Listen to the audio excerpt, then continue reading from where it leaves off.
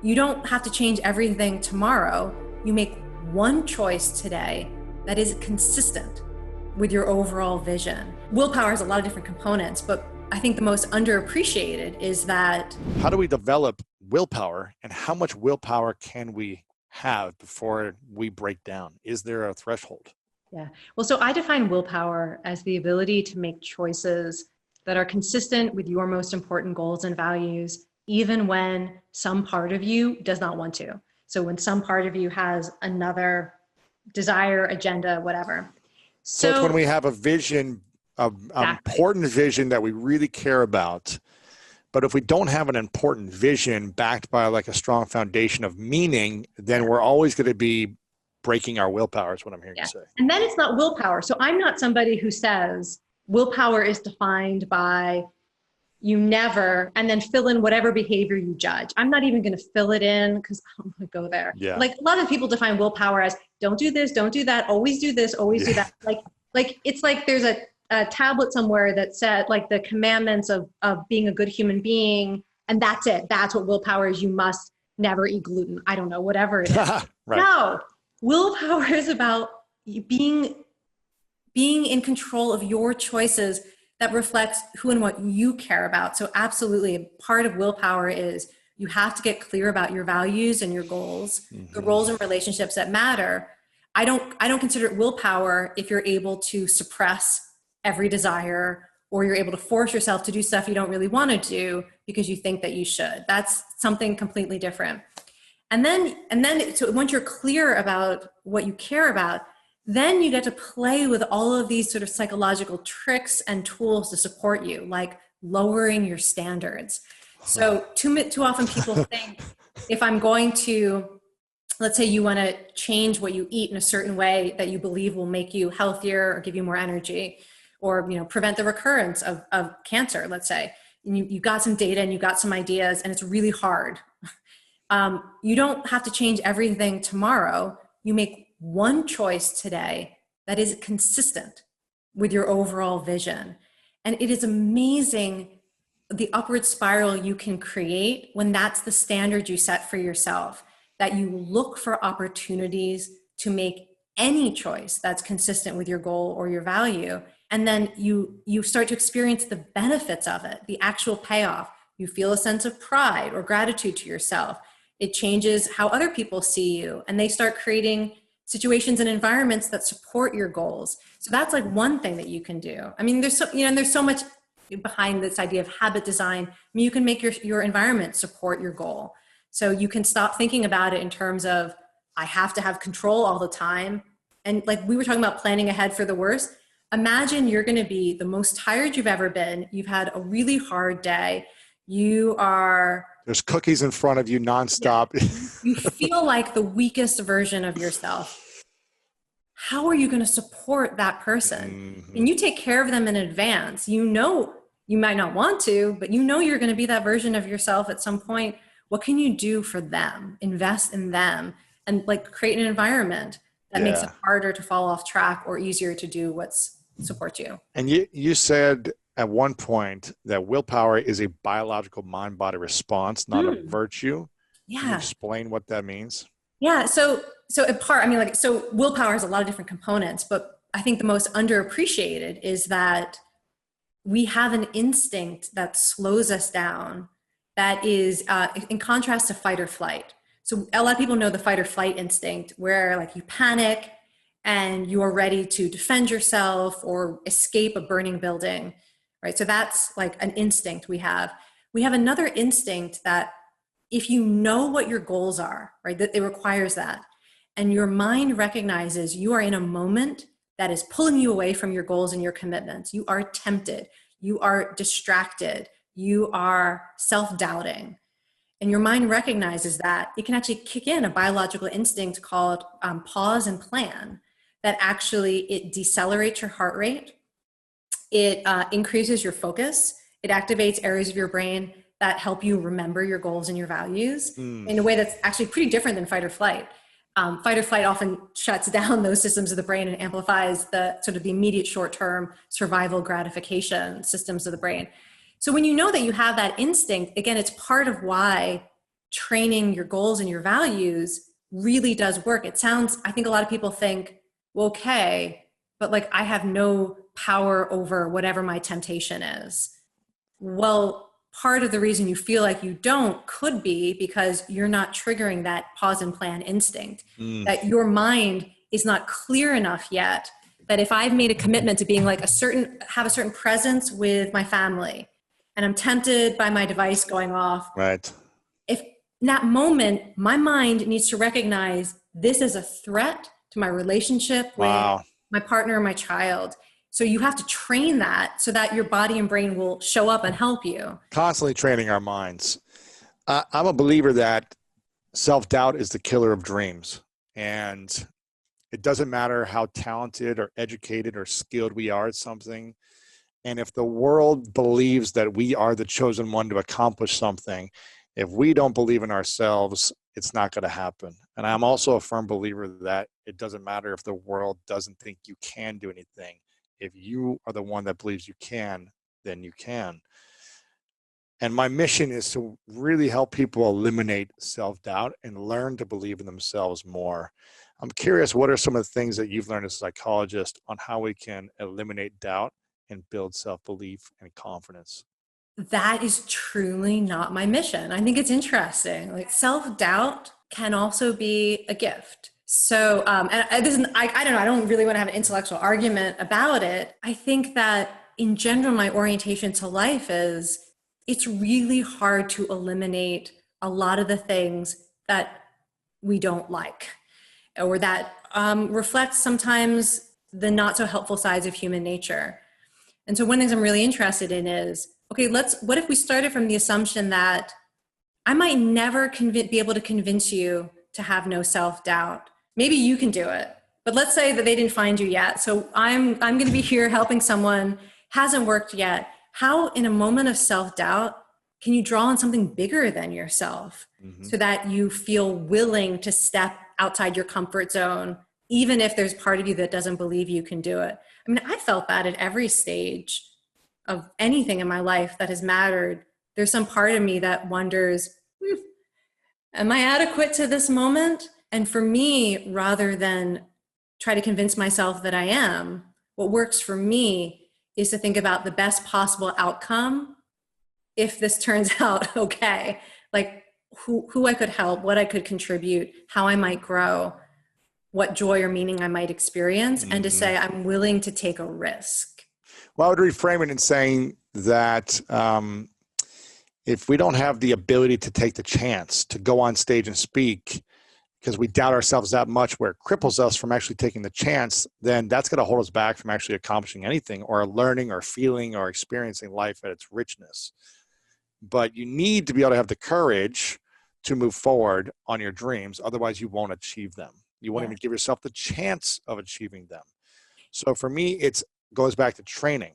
Like at every level of our life, we're going to experience imposter syndrome because we've never done it before. So who says I can do this? But when we reverse it and say, who says I can't? And here are other examples of people who did something when they didn't have the experience. They were sexually abused. They had trauma. They had no money and resources. Their parents left them.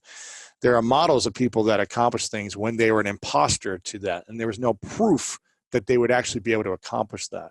And it goes back to training for me of saying, okay, how do I get the richness of understanding that I could fail, but I'm going to do it anyways? Like Sarah Blakely said, her father said, what did you fail at today?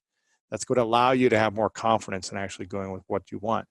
So for me, I'm not, hopefully I'm trying to reframe it. And I'm just not saying we're never going to doubt ourselves, but to have the courage to lean forward in spite of the doubt, as opposed to allowing the doubt to cripple us or become a prisoner of that doubt. That's my goal. One thing I'm really interested in is, I think we're both pointing to the same thing.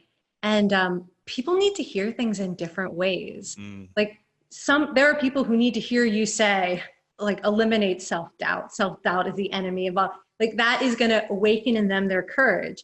And then sometimes I'm talking to the person who's I don't know, I'm just hanging on, but I'm telling you, you are adequate to this moment of your life, and take a breath and remember what you care about. And we're going to do this, and you're not alone. And you've got all your mentors and your ancestors behind you. Absolutely. It's a slightly different feeling to it. And that's But let's say, yeah, I guess we may never eliminate it, but to be able to have the courage and face of it yeah. is the goal for me, and have the courage to actually believe in yourself in the face of uncertainty and adversity and doubt. There's something nice about not knowing, which is that it's like you said, who says I can't? There can be in not knowing, meaning not knowing for sure that I could accomplish this or that I'm the best person to try. That same not knowing, if you just say, well, I'm going to lean into not knowing, and that includes the best possible outcome. Yeah, and I think it's also getting to the place where actually accomplishing the dream is irrelevant, and it's who you become in the pursuit that is where the richness is. So you're not attached to the outcome. You're committed to the process. You're committed to the growth, the lessons, and that's where the prize is. It's in the process, not in the result. And so it's having the confidence that you're going to learn what you need in this moment for the next moment of life, and it's only going to benefit you. So where do you struggle the most in your life right now? What is your greatest fear? What is my greatest fear? It's so funny. So I actually have like an answer to this question because I have a teacher, Natalie Goldberg. She's a Zen teacher and a writing teacher. And she did this talk, the session, where she had people actually say out loud what their greatest fear is. It's so interesting. And I realized, like, having to actually think about what is your greatest fear. There were two things that came up. One of my absolute greatest fears is that people are essentially not good. Like, if I could think of the most devastating thing in the world to either be true or to feel is true, it would be that human beings at their core are essentially not good. The other thing would be that I have no value, that it doesn't matter if I wake up today or not. So those, and I'm pretty like clear, those are my two biggest fears. And I think it's obviously one of the reasons why things like volunteering and teaching and all of that mean so much to me, because it's a resistance against that fear. But also I would say, I promised, I told you a cat would show up eventually. I see her. I think she knew because I was touching into my deepest fears. Wow. She was like, I'll come and support you. Yeah, got you. Wow. But the other thing is that fear that is it because I'm a psychologist, I know the data, I know the philosophy, I know the human history. There is some good stuff in humanity and there is some dark stuff in human nature. And any way you want to slice it up, from sort of what our biology is, instincts, psychology, whatever, good stuff, bad stuff, that one of the things I resist is allowing myself to only pay attention to the things that cause me outrage or despair. Make a real practice of looking for the good and celebrating the good as a stance that I choose to take to preserve myself and my ability to engage with life. And because it is a perspective that I am choosing, that I believe is meaningful. What happens to us as humans individually when we always see the bad? I understand psychologically there's a protectiveness in our psyche and our psychology of like seeing the fear points of the world and being aware of bad things to protect ourselves.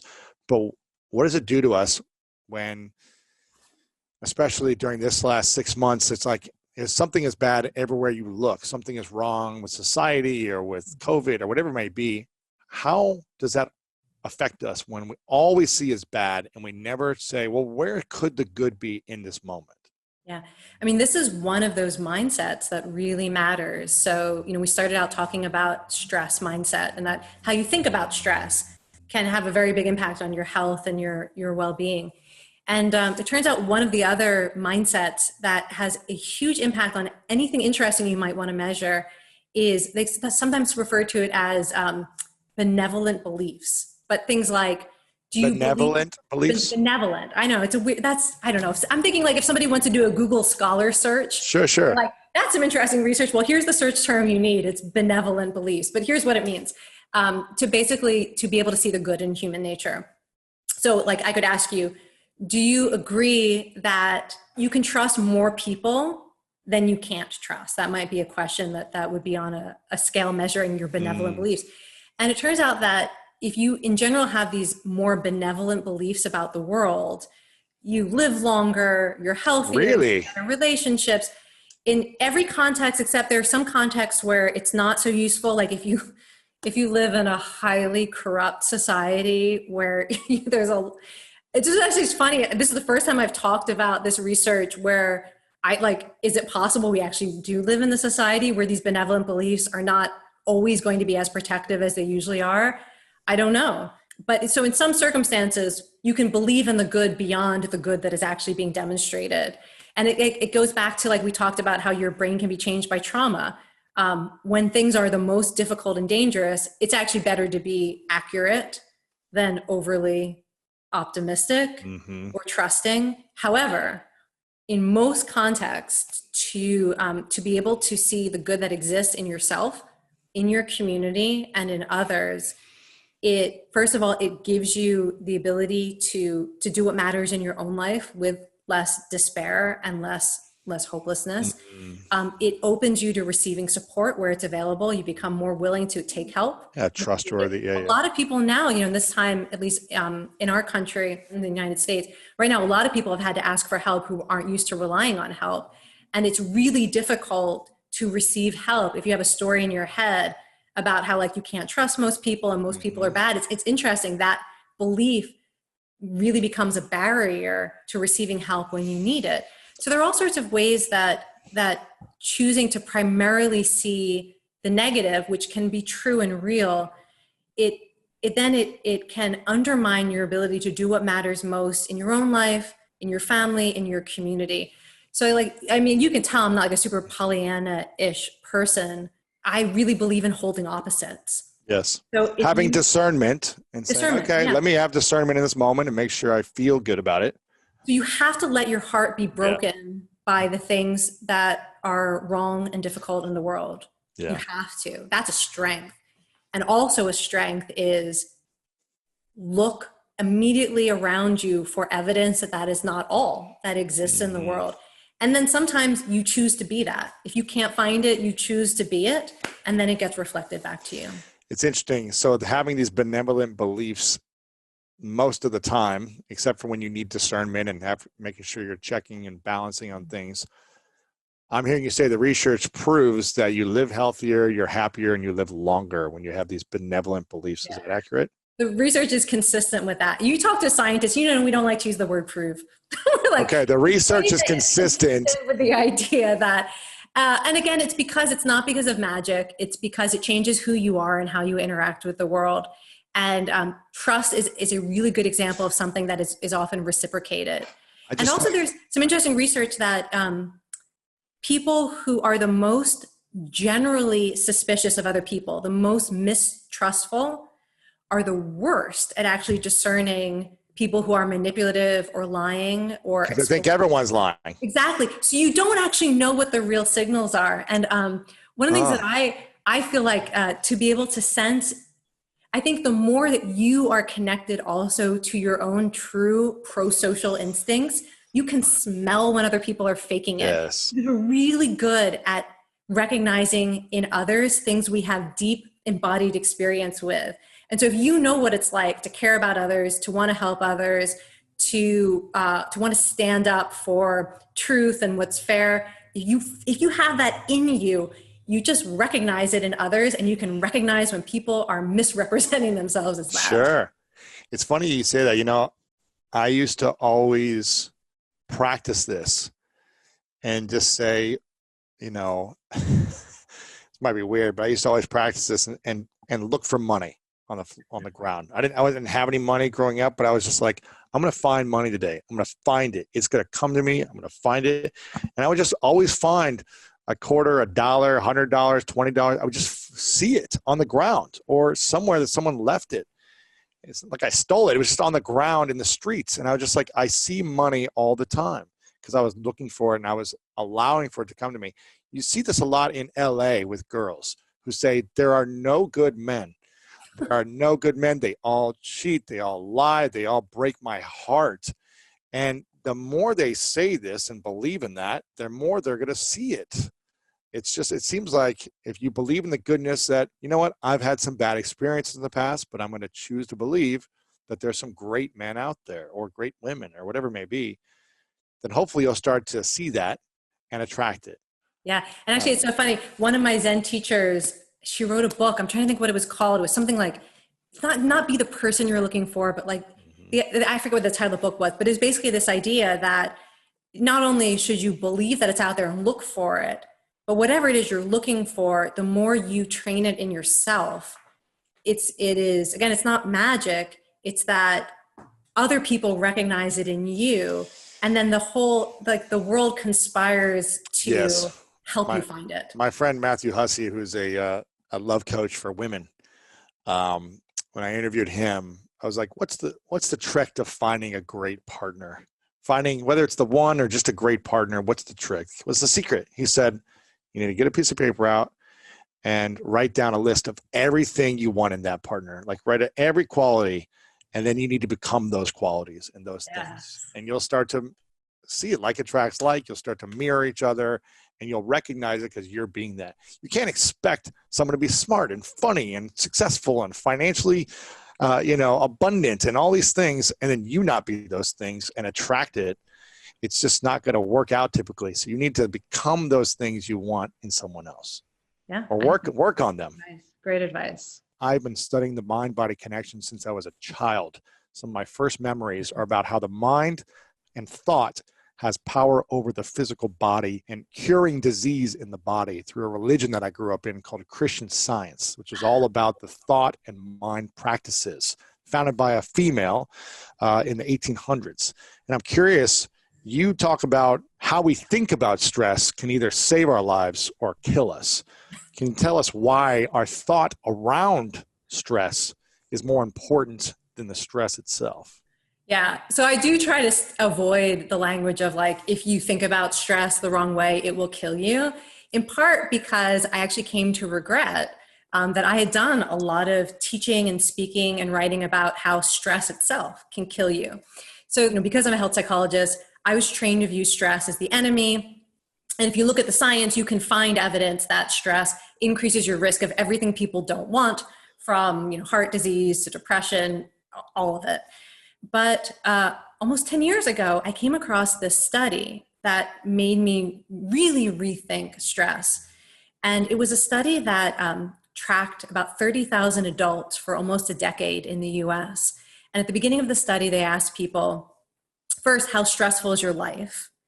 And then also, do you believe that your stress is harmful? Do you believe that stress is bad for your health? And so they followed them to find out, like, is it true that stress kills? And what they found is that for the subset of people who had a very stressful life and most strongly believed that their stress was harmful, they had a 43% increased risk of dying from any cause over the next decade. But the people who had the most stressful lives and did not strongly believe that stress was bad for them, they were the most likely to be alive at the end of the decade. And this study caught my attention because, first of all, it suggests that stress is not always the enemy. At least it's not always a risk factor in the way that we think about it. But then also it was making me think, like, how many of those deaths was I personally responsible for by going out there trying to convince people that stress was bad for their health and that, the stress will kill your brain cells and eventually kill you. So that was kind of like a wake-up moment for me to start to want to investigate, is it possible that how you think about stress can interact with stress to help you avoid some of the consequences we don't want? And maybe even something good about stress worth embracing so that your mindset could help you harness some of your personal strengths, help you harness the strength in your community to get some positive outcomes we maybe don't usually associate with stress. So I think I'm trying to shy away from the idea that like stress isn't bad unless you believe it is, which is sometimes how my work gets summarized. That's not the case. I mean, like you said, I'm a scientist, so I understand data. Stress is a paradox.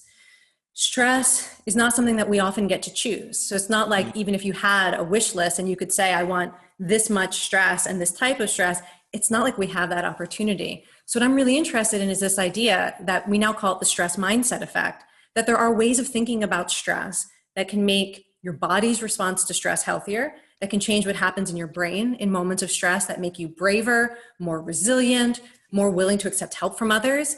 And that these mindsets basically change the trajectory of how stress affects you. That's the big idea that I hope to share with people. When do we know that we are experiencing good stress versus bad stress? Yeah, no such thing as good stress or bad stress. I want to say that is, again, another, I think, a big misconception around stress.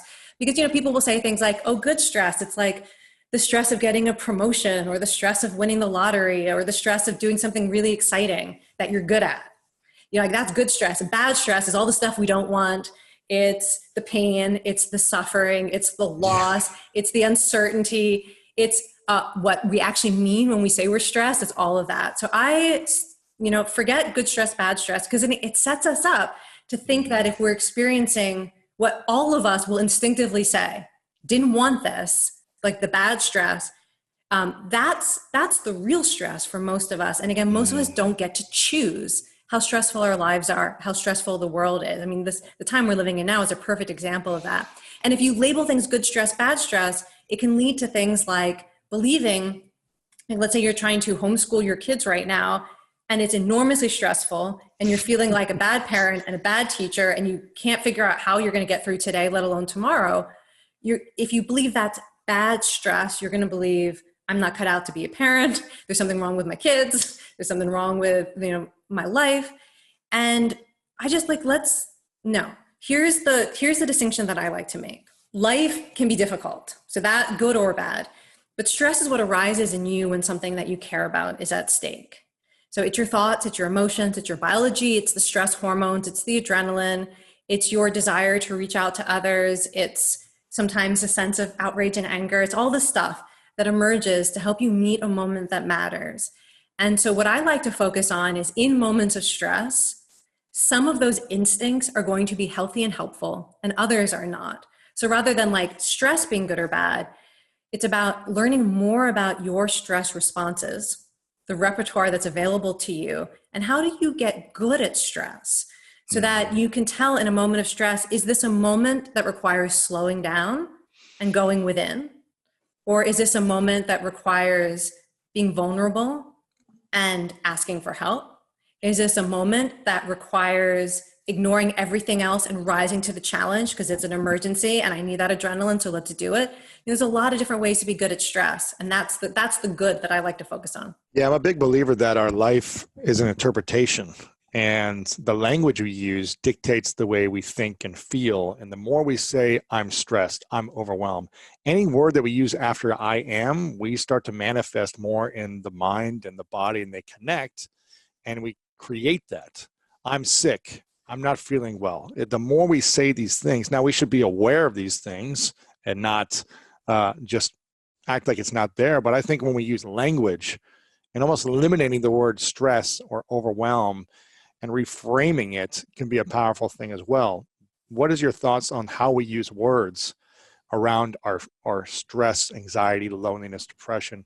How should we be using words and language during that time? There are a lot of examples that I can go into, but I want to start like from an overview. This is where that improv idea of yes and can be really helpful. Because, and I know you've talked with other guests about this too, sometimes there's a tendency to want to be so positive that we ignore reality. And, one of the things is, one of the reasons that I'm drawn to the research that I do and the topics that I talk about is because it is not in my nature to be positive, right? So anytime you're a negative person. Pessimistic, anxious, overwhelmed, existential dread, terrified by life from birth. The world is against you. Yeah. Yeah, I'm not, not because necessarily life experiences that have shaped that worldview. I mean, I believe a lot in genetics also. So I think that's my temperament. So I'm drawn a lot to these ideas of like choosing positive emotions, reframing things, because it's the antidote to my habits that can become destructive. So I think like part of this is, that's another way, like you could introduce me to somebody who needs to seriously come to terms with the reality of suffering, and I'd push them in the opposite direction. And, oh no, I'm never stressed. Oh, everything happens for a reason. I would want to ground them in the opposite that is also true. So, but let's get back to the idea, because there is some truth to positive language and mindsets. A really simple example.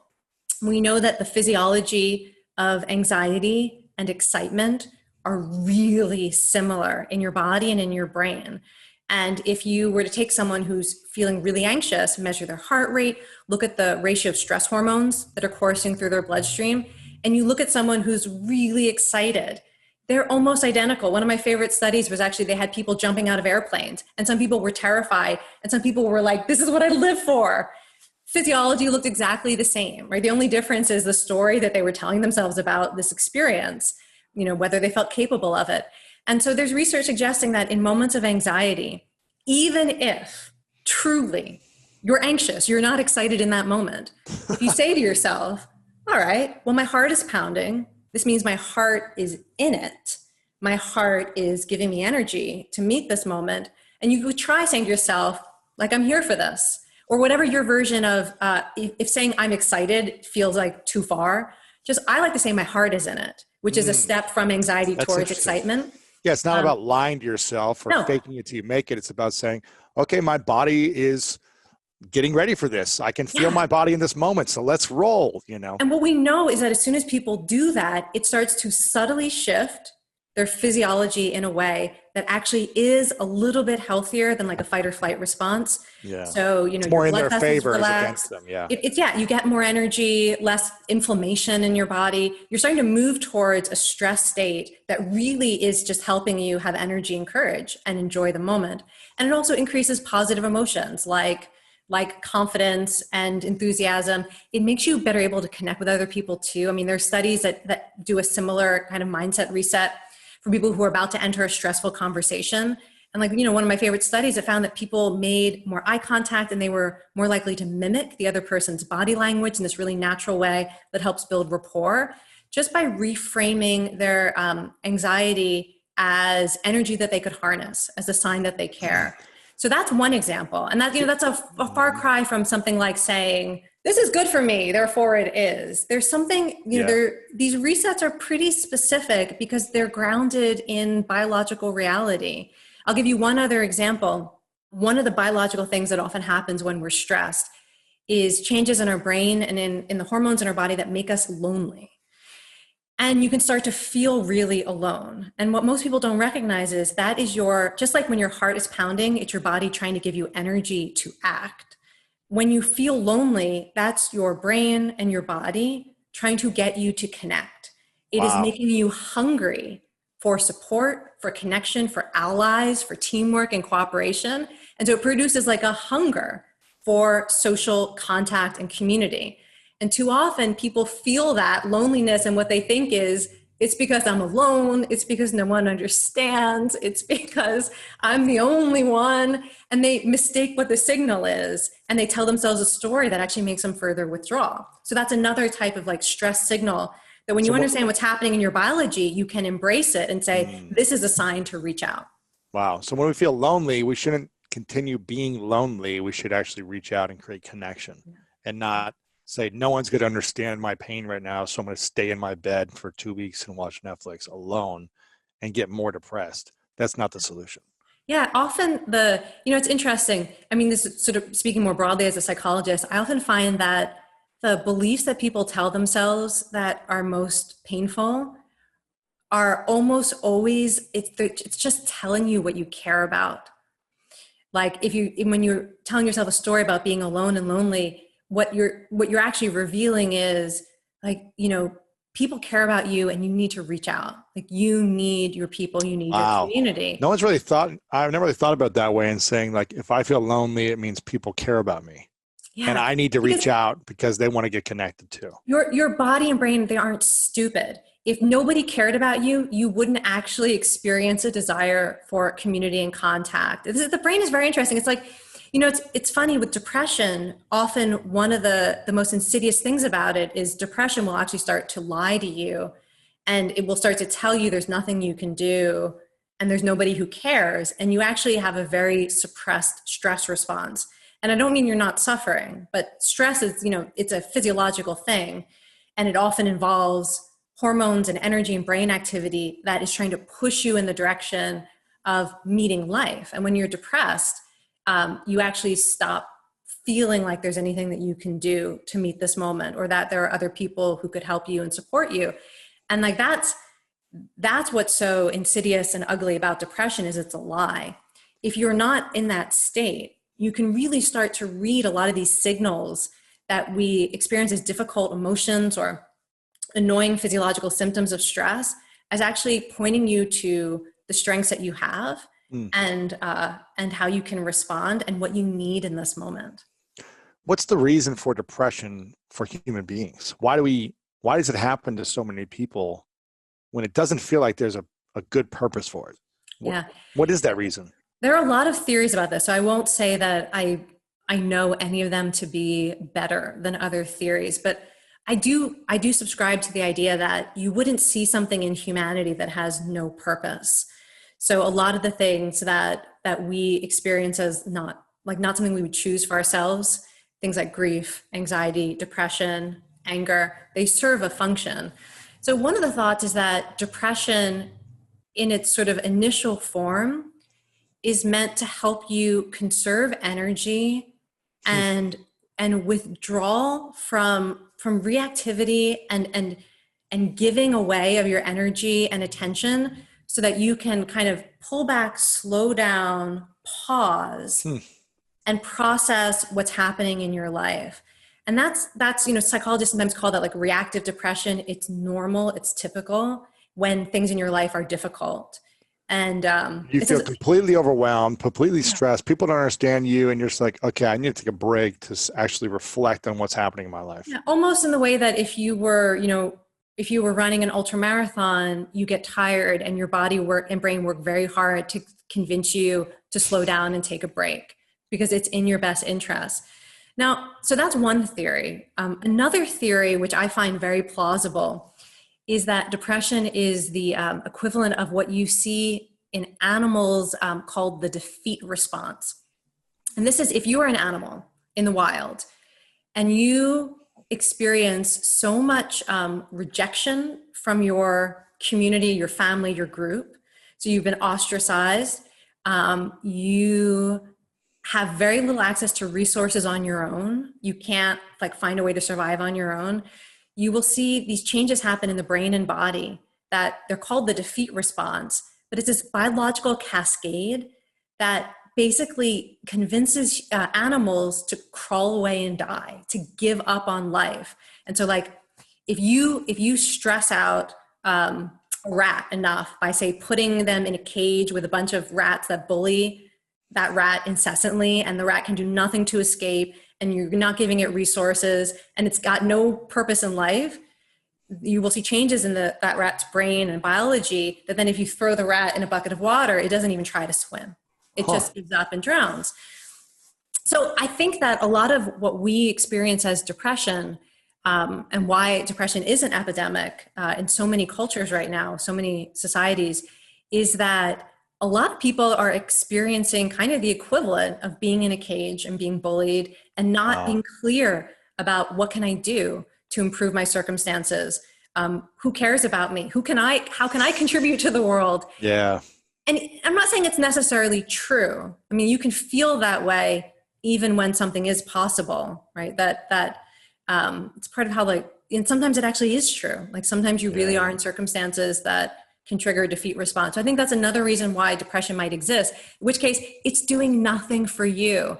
And it's worth knowing that depression can make your brain turn on you, because the depression is not thinking about your well-being. No, that's crazy. Yeah. What do you think are the 3 or 4 things that can help us get out of a depressed state of being, whether it's been for weeks, months, years, or moments? Yeah. Well, here I will go to both the science and my direct experience. One of my big interests in life is helping people who find themselves in circumstances they would not have chosen for themselves. And grief is a big one. Yeah. Or trauma. So what the science says and what I have seen in people's lives and in my own life is if you're on a do-it-yourself path. So first of all, let me say, obviously, you use whatever resources are available to you therapeutically and medically. Now, that's not my role. So I don't write prescriptions. I don't do therapy. So I'm not out there in the world sharing that with people. But obviously, everything from antidepressants to, new treatments like deep brain stimulation and magnetic stimulation of the brain, therapy, group therapy, one-on-one, all of that stuff. Obviously use that, and I believe in the power of sort of all of the evidence-based treatments. Okay, but I don't know how to do it, so I'm not out there sharing it.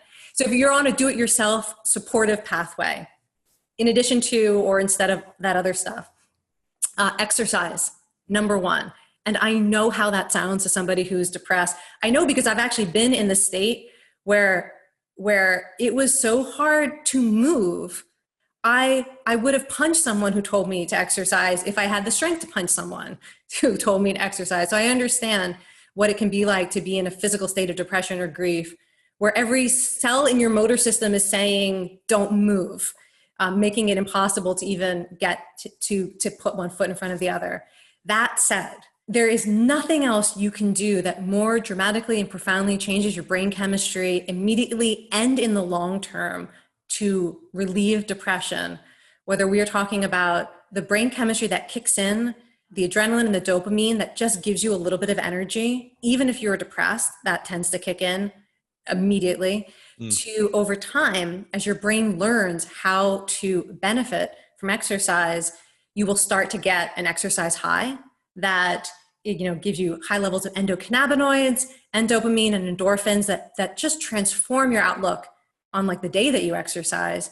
And then 6 weeks, 8 weeks, months later, you see changes in the structure of the brain that can only be compared to what you see from the most cutting edge neurological treatments for depression, things like deep brain stimulation. So yeah, the exercise actually changes your reward system, the structure and function of your reward system, in ways that can help it recover from depression or addiction, which can absolutely wreak havoc on the brain's ability to experience joy and anticipate pleasure and stay motivated. Depression, grief, and addiction, it's like they all have a very similar effect on the brain's ability to experience positive motivation and take joy in everyday life. And exercise is, as far as I can tell, because I looked for it in the research, as far as I can tell, it's the only thing that you can choose to do that has that kind of impact on your brain in the long term. Wow. That's number one. I could keep going, but you want to talk? That's number one. Give me a couple others. Okay. Number two, this is going to sound super cheesy, but I believe this, is find a way to be of service to others.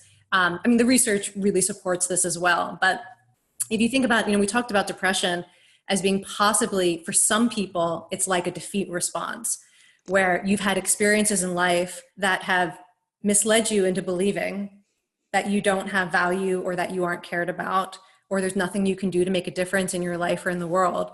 And the fastest way to get contradictory evidence is to volunteer, to help someone. There have been a couple times in my life when I was struggling where I re-engaged with not just like donating money when I can, but to show up to a place and help people. First was when I was in graduate school and was working in a food kitchen and preparing food and serving food. And then later on, starting to work as an adoptions counselor for animal rescue organizations, where I would actually go and adopt out animals who otherwise might be homeless or even euthanized. When you do that, the thing that it's so great about helping others or volunteering is people see you differently in that role. There already was in you that good. Like whatever good is in you, often when you're in a situation of being able to help others, it just gets reflected back to you. And the same thing is true for me in teaching as well. I always say like my students like me so much more than like my family members. There's something about a role where you're trying to help others, where they see you differently. They appreciate you more. It's such a gift if you have a voice in your head that says you have nothing to offer, nobody cares about you, there's no good in the world. Because you get this sort of reciprocity where you tap into your desire to do good.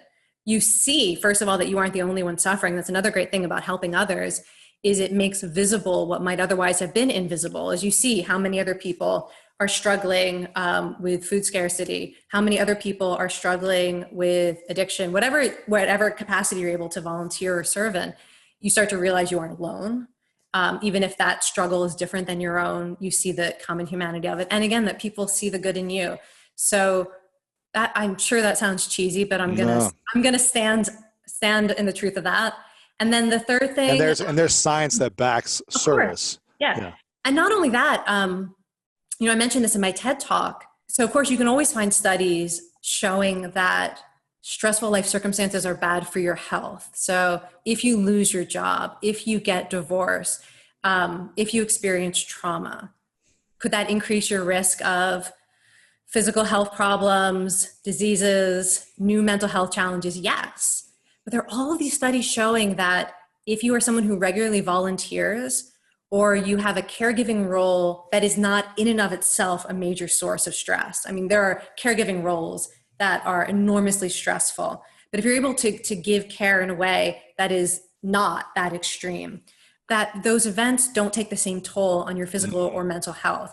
Like there are studies showing that literally you can, get fired or get divorced, and you would expect it to cause all sorts of problems for your health and your mental health. And that trend or that effect disappears from the population of people who are regularly giving back to their communities or providing care to others. So there is lots of great research. It's powerful. And then the third thing I will say is, you and I were talking about this before we went live, is rescue an animal. Because one of the only things that can really help, again, beyond like get on the right antidepressant medication if that's for you, but one of the only things that you can choose in any given moment that is incredibly helpful for depression or grief or trauma is to have a relationship with an animal who depends on you and who you can have that success experience of providing the care that they need. And actually, in many of my books, I've written about research studies done with groups of people who are healed through their relationships of providing care to animals, including people who experienced enormous childhood trauma and came to view themselves as essentially like broken or unlovable, rejected, and then to go out and adopt or train an animal who was going to be euthanized because it was violent or it was rejected or it was abandoned. And that in providing that care, and you see the enormous beauty and wonder in that animal, and they see it in you. Wow. That's your 3 tips. It's interesting. Would you have a 4th one? So I can tell you what my own research has looked at in the past decade is meditation. I'm somebody who found meditation initially as a tool for dealing with physical pain and anxiety. And eventually I came to study the benefits of a particular form of meditation that develops compassion and empathy and kindness. And that's been sort of the primary focus of my own research. I feel like, meditation is an interesting thing because unlike, say, getting a pet and volunteering, I'm not sure that it's for everyone. I'm not the kind of evangelist. I think meditation, it meets a lot of people at a moment and provides something really valuable. And the thing that I love about meditation, when it's the right fit, is we know that there's something about the quality of attention and intention that you can develop through contemplative practices that changes how you experience difficult moments in life when you really need qualities like courage or acceptance or hope. So I'm not somebody who thinks like you meditate to relax. I think you meditate so that in moments when everything is falling apart, suddenly you have the mental ability to hold on to hope or focus on what matters.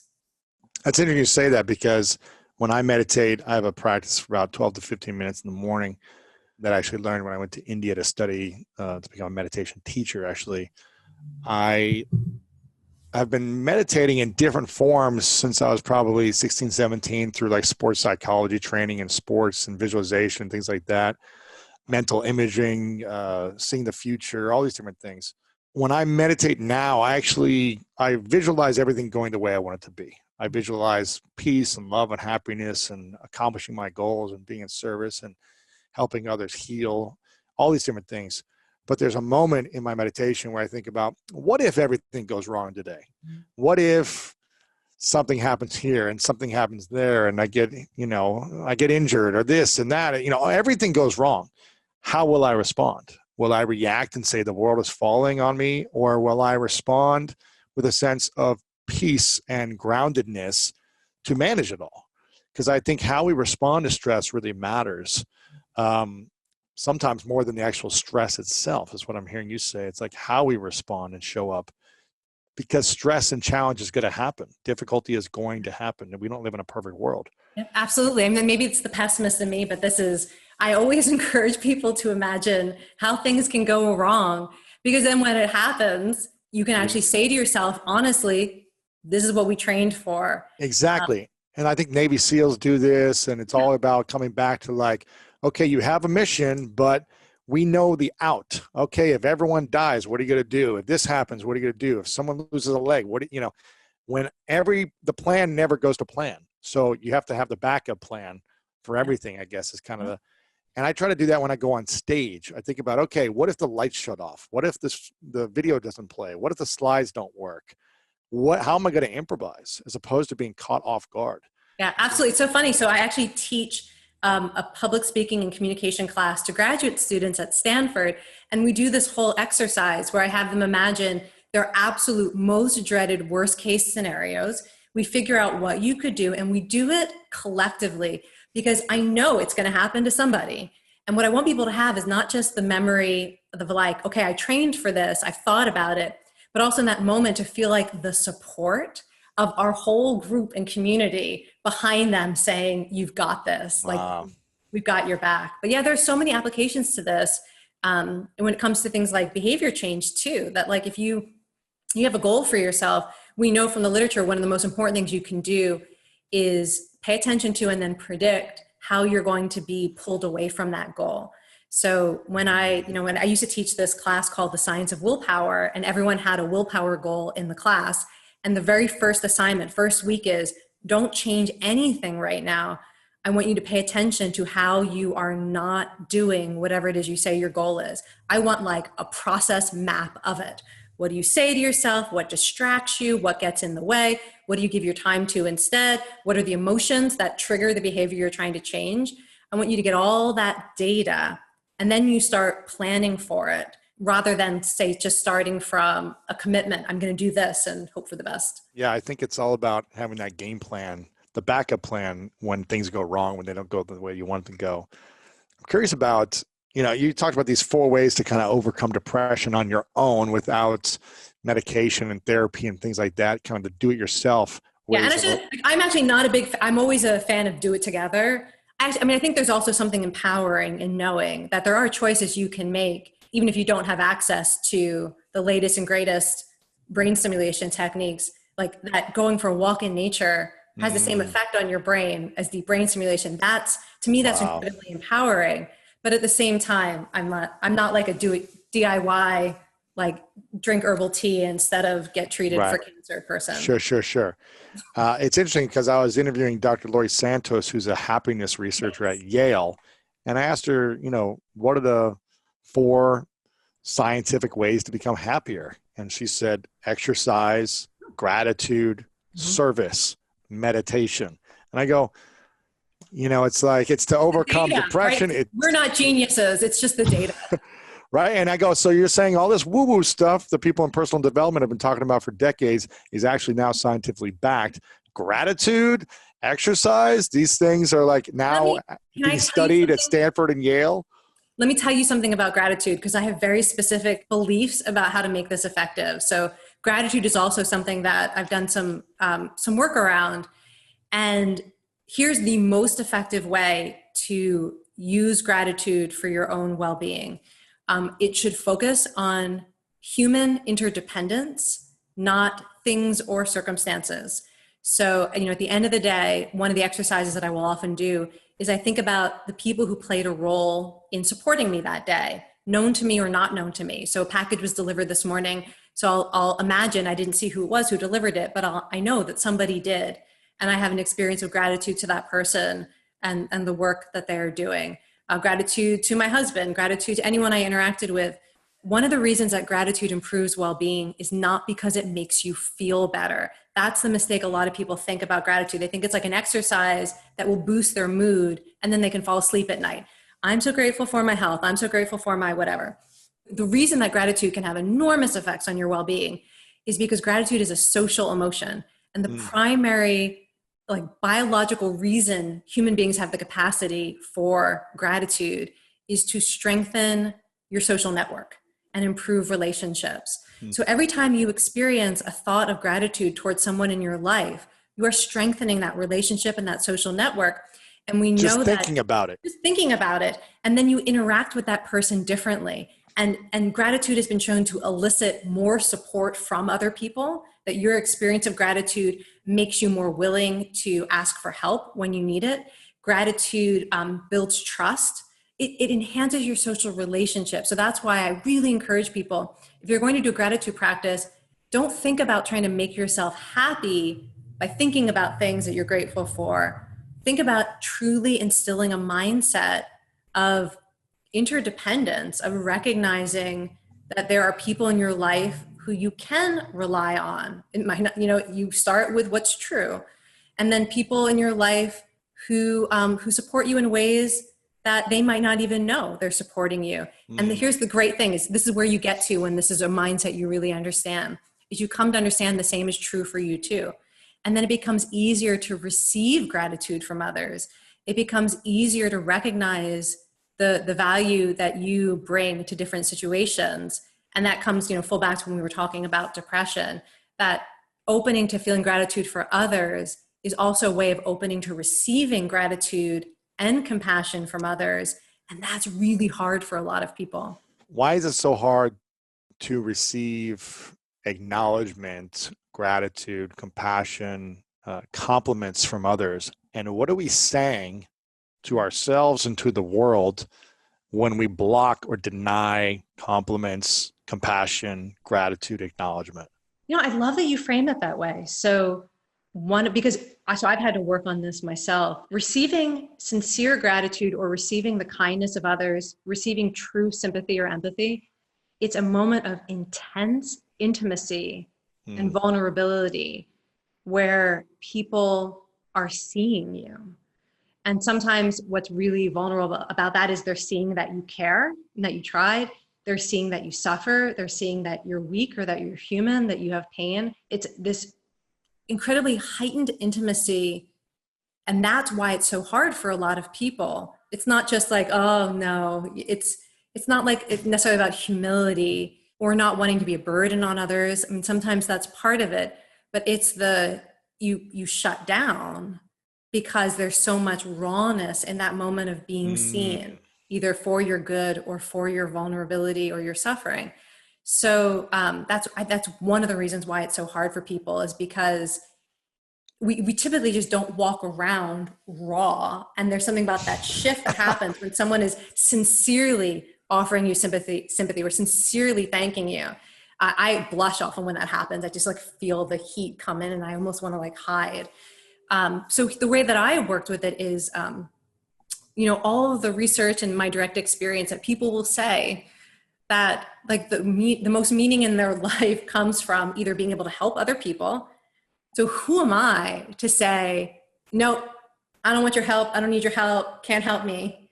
Who am I? You're robbing someone the gift of feeling alive and fulfilled. Yeah. When my mother says to me, when you listened to me last week, that really helped me deal with this crisis. This is something that actually happened. Wow.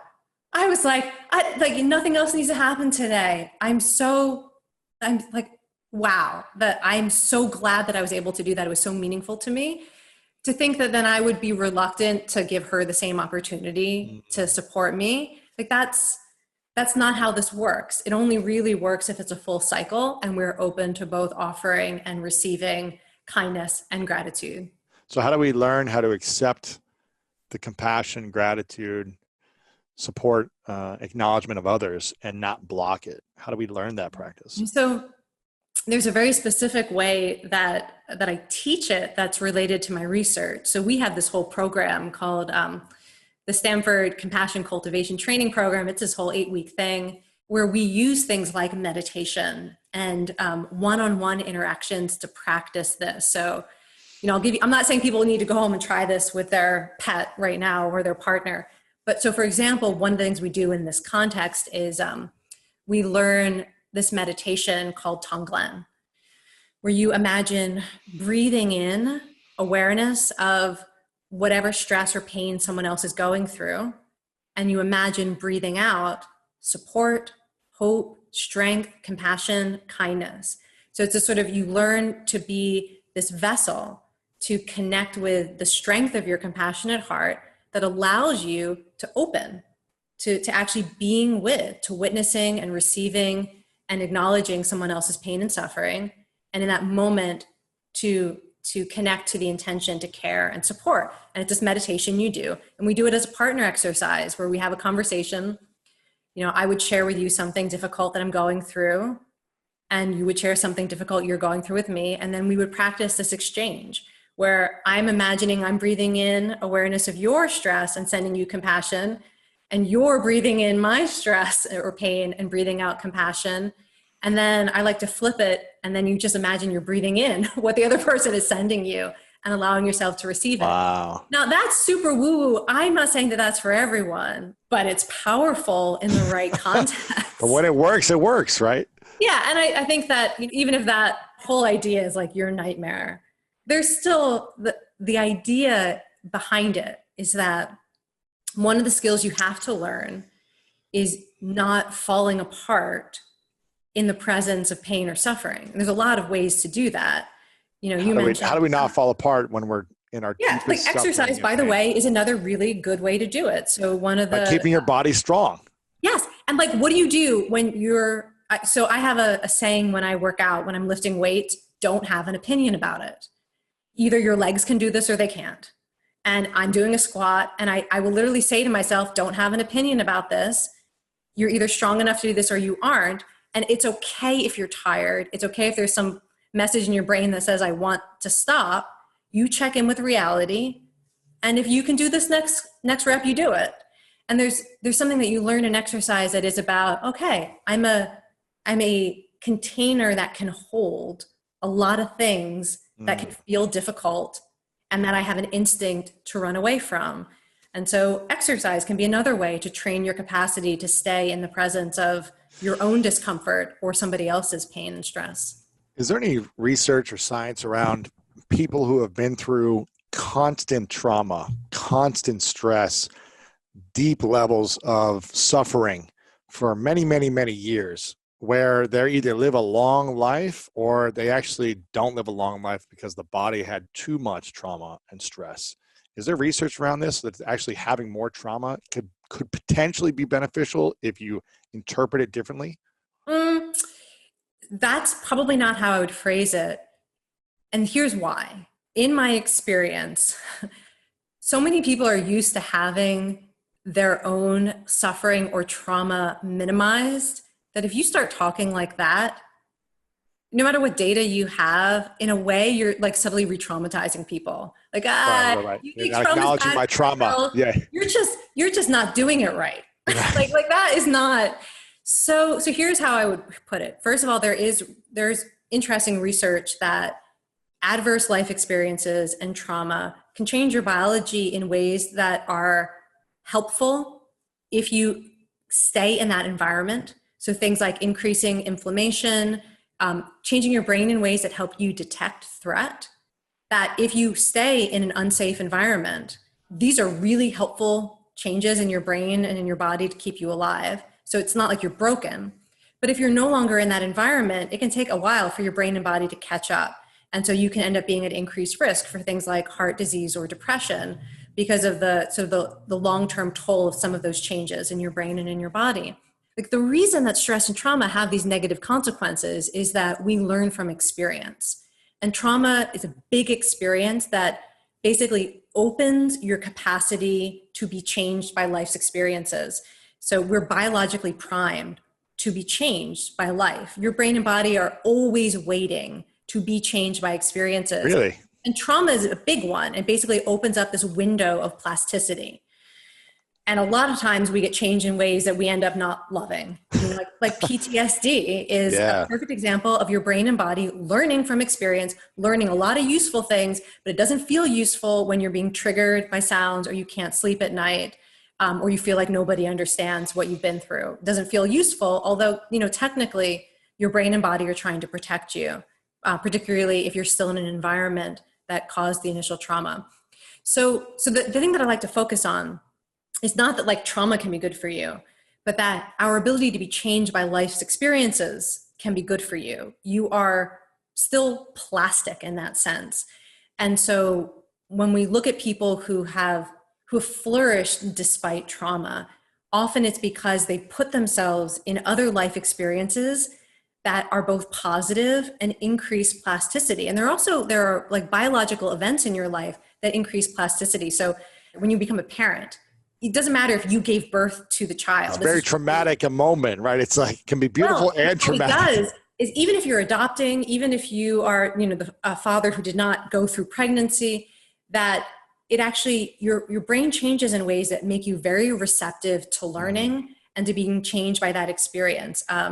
It's kind of like when you rescue an animal, it's on a smaller level of having a child, obviously, but you have to observe your surroundings and make sure things are cleaned up so the animal doesn't, trip. Your brain recognizes big transitions, and your brain gets you ready to change in ways that support that transition. So I was going to say falling in love is another one too.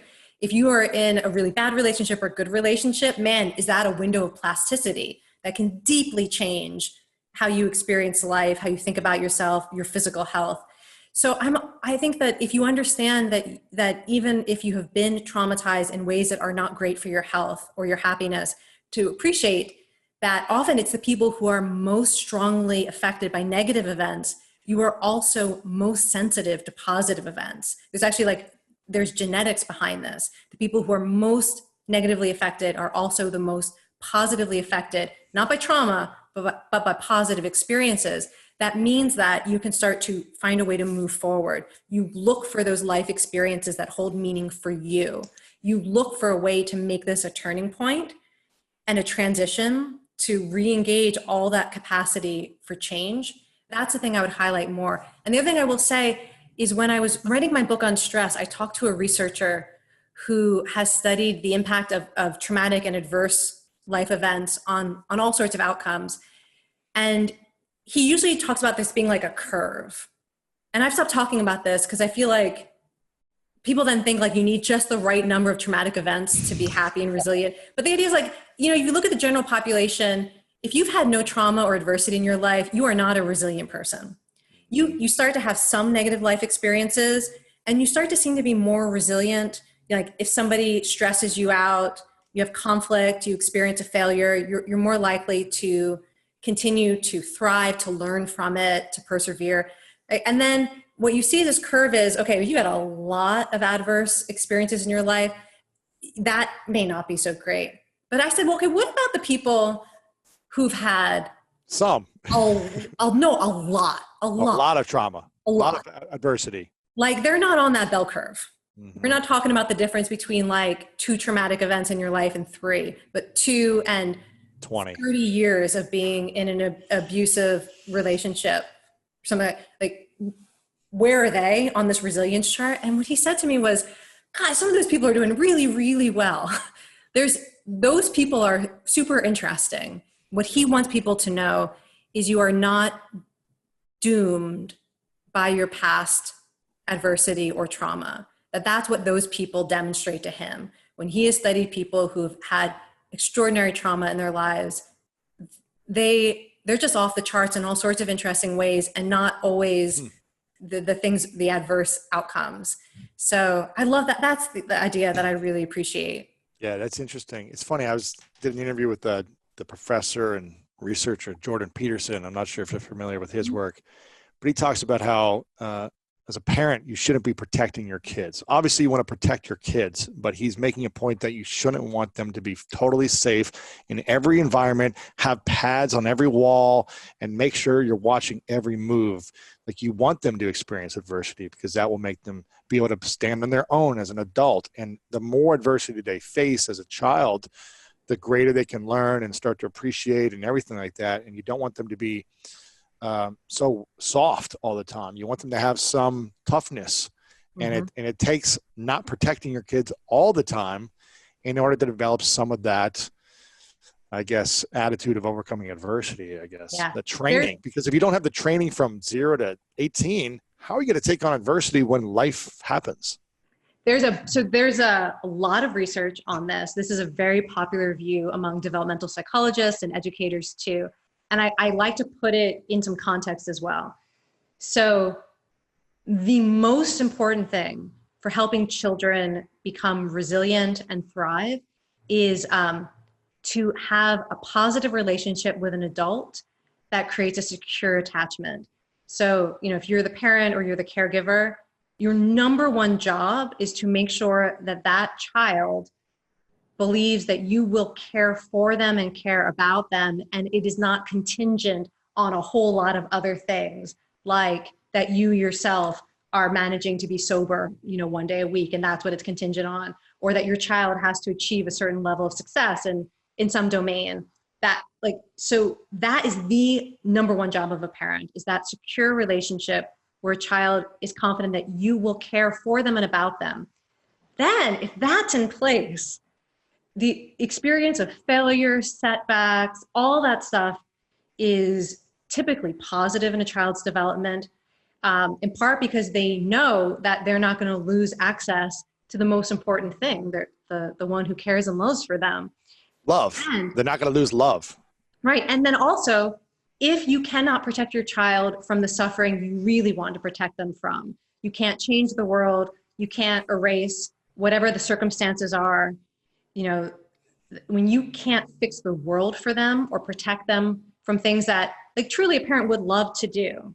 I would love my child to never experience violence. I'd love my child to never experience heartbreak. Of course you want that, but you can't control that. And the research shows that if a child has both that caring, trusting relationship with adults and some previous experience of moving forward despite adversity or pain, then they're so much better prepared to deal with the stuff that you would love to protect them from, but you just can't. Yeah, it's interesting. There's two examples that came to mind as you're saying that from interviews in the past I've done. One with Sarah Blakely, the youngest self-made female billionaire in America.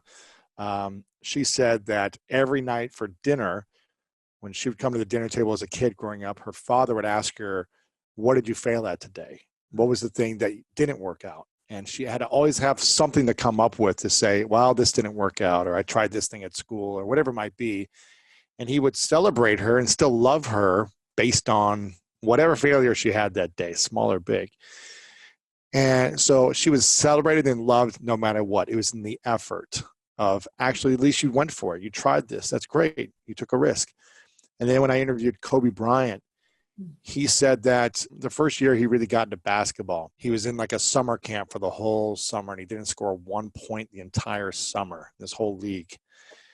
And I said, how were you able to kind of get through it and keep going? And he said, because my dad loved me no matter what. He didn't care if I scored. He just celebrated the effort. He celebrated me.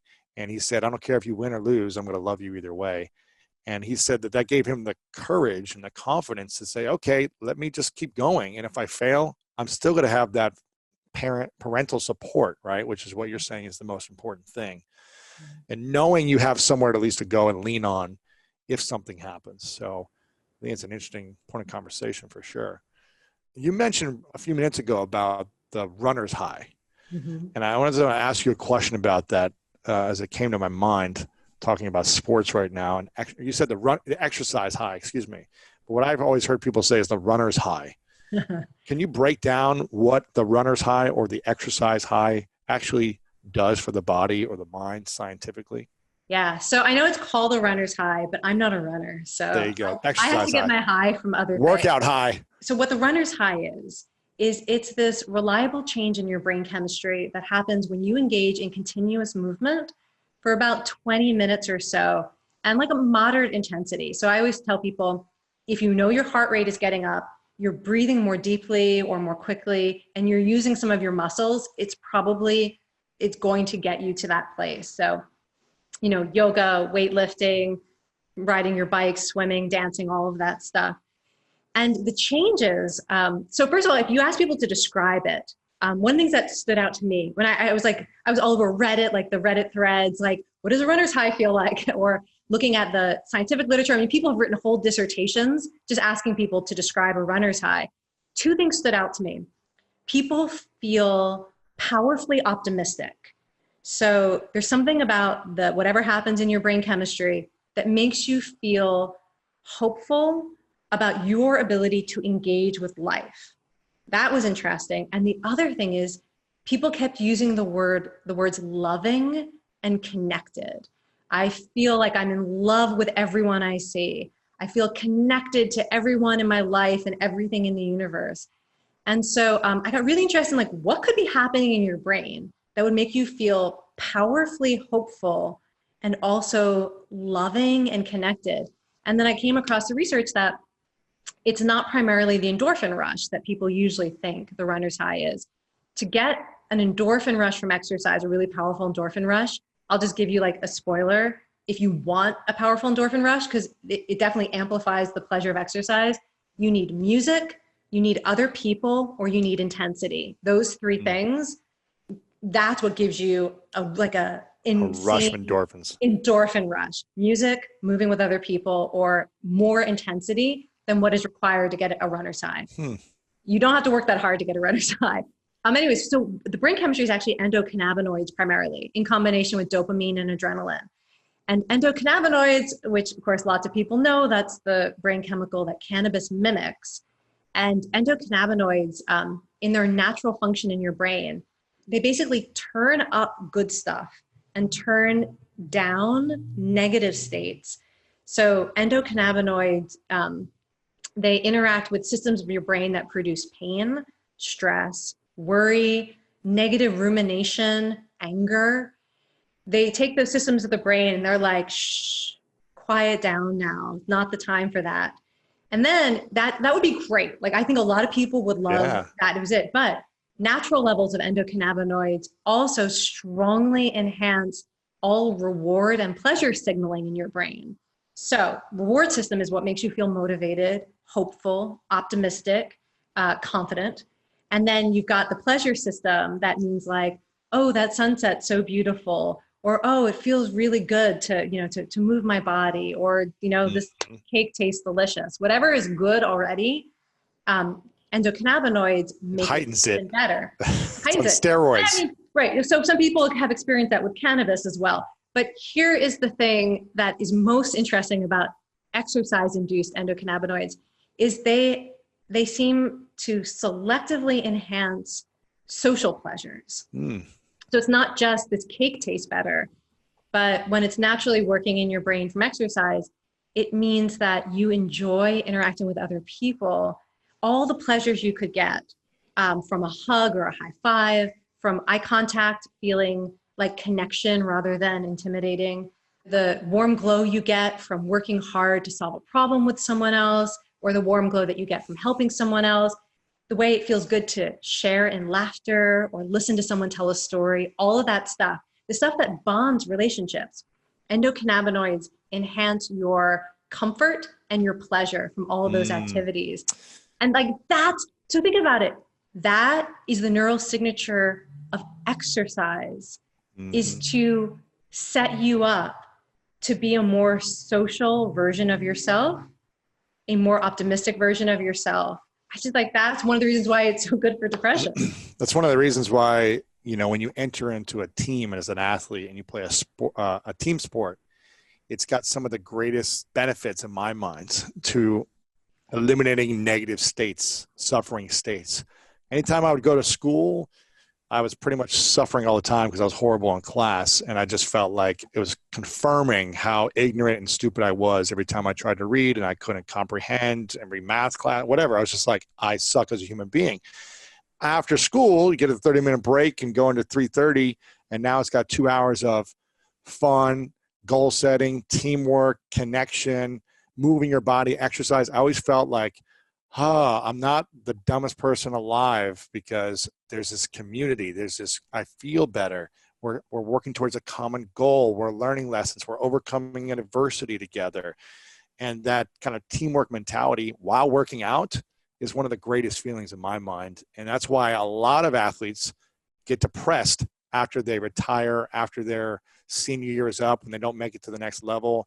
They go through deep states of depression, anxiety, overwhelm, and a lack of purpose because they're so used to a certain type of lifestyle that they no longer have. You have to find ways to find group fitness classes or some activities to get that. Races, training for events, coaching. I know I see this all the time. And it's, it's funny the way you were describing the role that sports played for you when you were young. That's how I ended up teaching group exercise and yoga.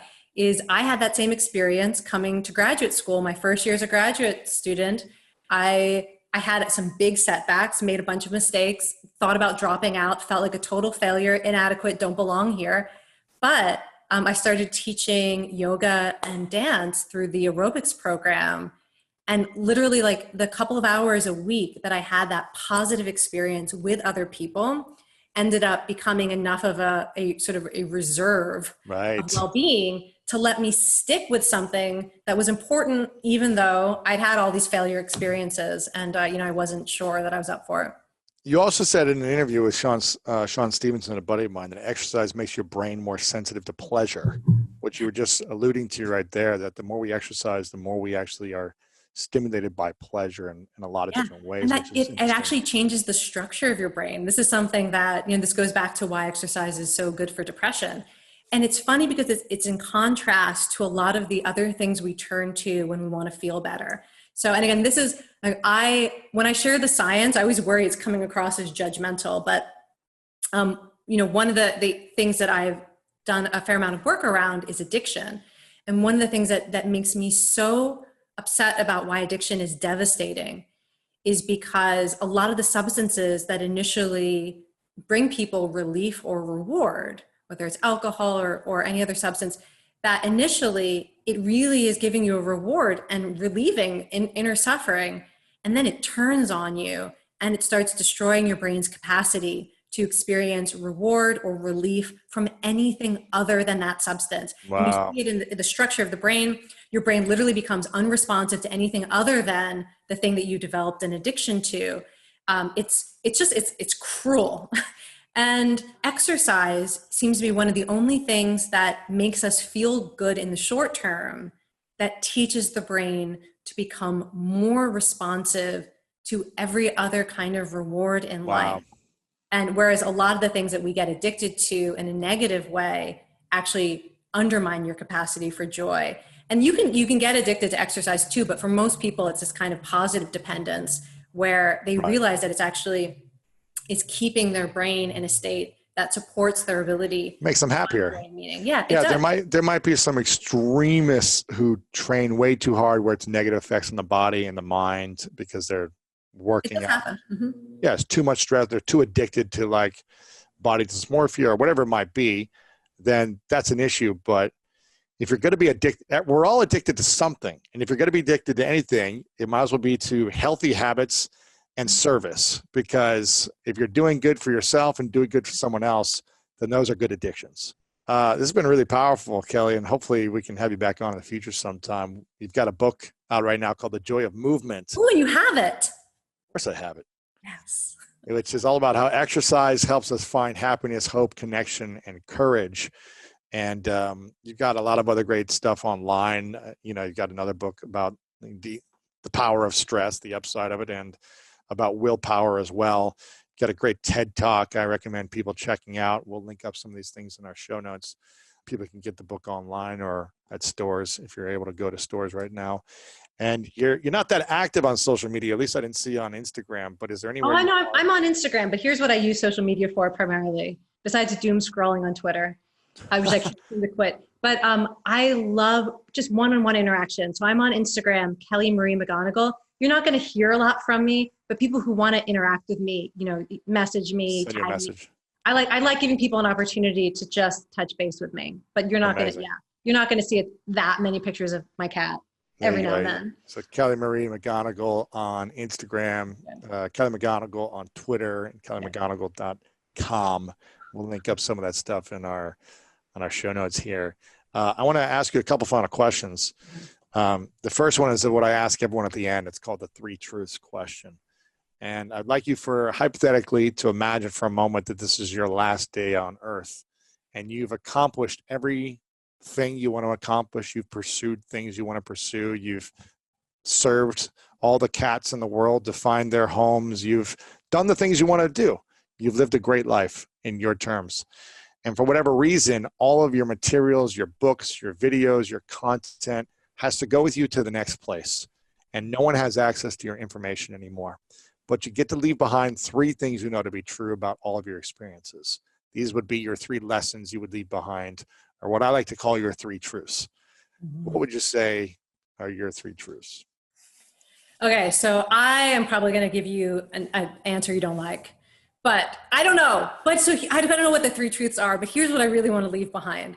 First, I want to leave behind the memories that people have had in my dance classes. One of the things that is most meaningful to me after having my classes shut down for 6 months, we just started dancing together outdoors. And in the classes that I teach that are outdoors again now, a lot of the people in it are living alone. Some of them are recent widows. And they will talk about what happens when they hear a song that we danced to in class and they remember the feelings of connection and joy, that it's like a lifeline. I want to leave behind the memories of movement that people have had in my yoga, dance, fitness classes where they felt connected to something bigger than themselves. I want to leave behind those memories. I believe in them, those experiences, and I'm really proud to leave those behind.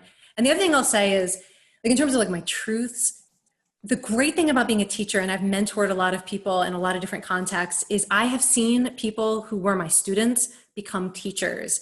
And like I mentioned, that compassion training that we developed at Stanford, and then we trained people to do it. And just today in Facebook, I saw one of the first teachers we trained is advertising that she's teaching this program. And I'm thinking, oh my gosh, and she's such a good teacher and people would be lucky to take this from her. So what I realize is you don't need me around anymore to talk about these truths. There are other voices and they're new voices, and these truths are going to come through in new bodies, from new faces, in new voices that are going to meet the moment of people who need to hear them now. And so when I'm on my way out, people don't need to hear it from me anymore. And I actually trust that because these things are true, whether it's things like the value of knowing your common humanity or leaning into interdependence, there are other people who are carrying that message on. For sure, yeah. What I got out of that, if I was going to hear 3 truths out of that, I would say that movement brings something greater than yourself. So make sure you move your body because it connects you to community and something greater and makes you happier. That'd be one that I heard. Okay. Number 2 Preach. is that when you learn in your life and you develop skills, pass those skills on to develop other leaders so people don't need you anymore. Yeah, I like that. So yes, I endorse that. So if you had a 3rd truth, what would you say? Adopt an animal.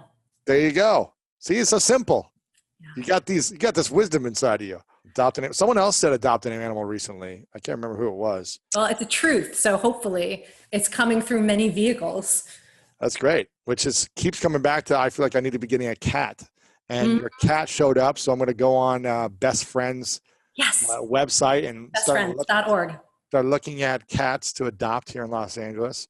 I feel drawn to having a cat. So I have a dog through my girlfriend. It's her dog, which is our dog, but I feel like I need to get my cat, which could be our cat as well. So if you want to be unconditionally loved, get a dog. If you want to learn how to love, get a cat. It is a different thing. Oh man. I feel like you find the right cat, you'll get a lot of I know. But the thing is you earn a relationship with a cat, and a cat will let you know what you've earned. Whereas dogs are just, man, they love you. They will love on you. And sometimes that's what you need. Sometimes it's like, let's not earn nothing. I am unconditionally deserving of your love. But cats, it's a special relationship. No, but I feel like you can be a traveling human being with a cat. Yeah. Well, it's a lifestyle choice too.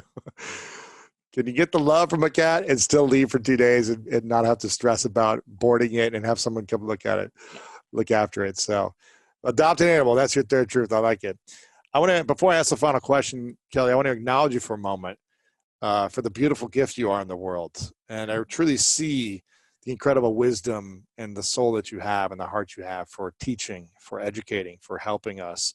And the amount of research you have done over the decades to be able to give us simple tools is so powerful. And I'm just really grateful for your dedication to finding the truth, finding the answers through something that is painful for so many people and challenging for so many people. So I acknowledge you for being that light of diving into research in the messiness to find those golden nuggets so that we can live a better life. I really appreciate that. So thank you. And I was trying to practice what we were talking about earlier, like to actually receive it and take it in. I don't know if you noticed, so here's a little practical tip for people. I don't know if you noticed I swallowed while you were saying that.